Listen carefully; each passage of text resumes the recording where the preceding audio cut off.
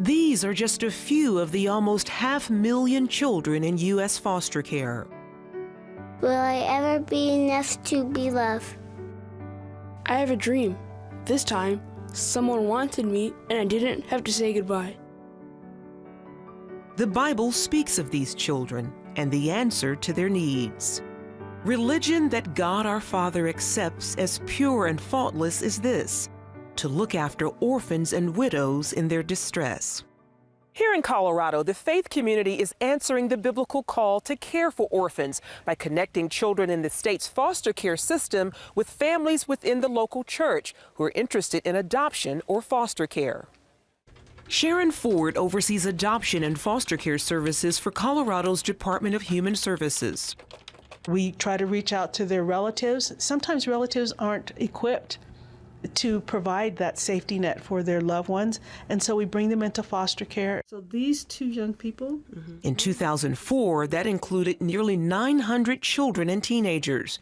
Pastor Robert Gelinas of Denver's Colorado Community Church wanted to give those children a better life. In 2007, he started Project 127, a faith-based organization that encourages Christian parents to rescue kids from the system. When you look at the sheer number of followers of Jesus, the sheer number of congregations out there, it is very possible for there to be a family waiting for every single child in foster care. But right now what we have is children waiting for families. Project 127 started out recruiting families to adopt kids. Its focus now includes finding parents willing to foster kids temporarily or long-term. The project's president, Shelley Raddick, says families across the state have stepped up to help. We have over 400 families from churches in Colorado that are engaged at some point in the process. Kevin and Janelle Lusk had 8 kids of their own when they were asked to take in more.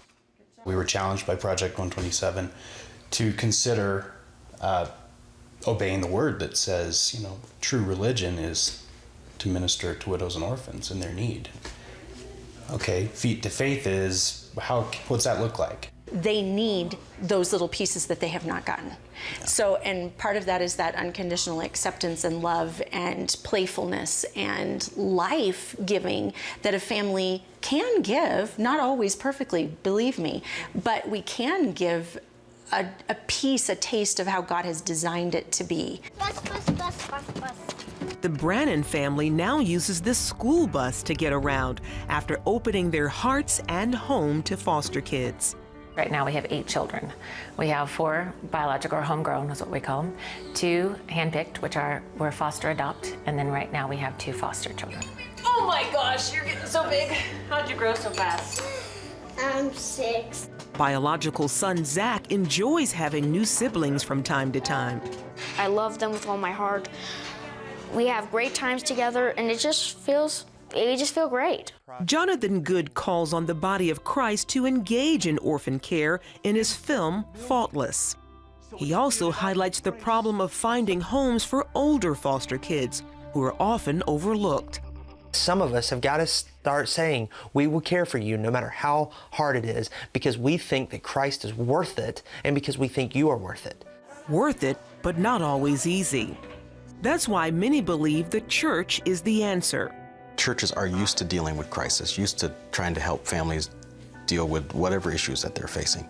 And so when a family goes through a difficult time, while adoption and foster care may have its unique challenges, there is a ready-made care structure in a church. And so Project 127 is seeking to bring the whole church to a child, not just a family, but then there's a whole church around that family. Charlene Israel, CBN News, Denver, Colorado.